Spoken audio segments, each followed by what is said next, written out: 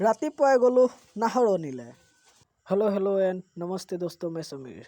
বৰ্তমান মই উঠি গ'লোঁ, উঠি মেলি আহিছোঁ মুখখন ধুই লওঁ বুলি।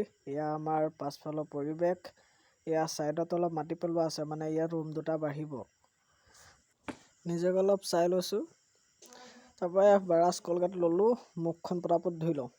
আৰু এইজন হ'ল আমাৰ নিউ মেম্বাৰ, মানে ইয়াৰ নাম গুডলু। ই অকল খেল। আৰু মই এতিয়া আহি গ'লোঁ পথালিবাম কমলদৈ, মানে বাইহঁতৰ ঘৰ। ভণ্টিক থ'বলৈ আহিছিলোঁ। কৈ আছোঁ সকলোখিনি কিয় থ'বলৈ আহিছিলোঁ।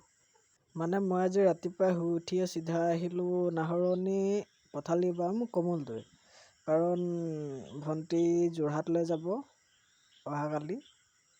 আৰু এয়া ইলেকশ্যনৰ টাইম যে, পূৰা একদম হাইৱেতে বহি দিছে মামাহঁতে।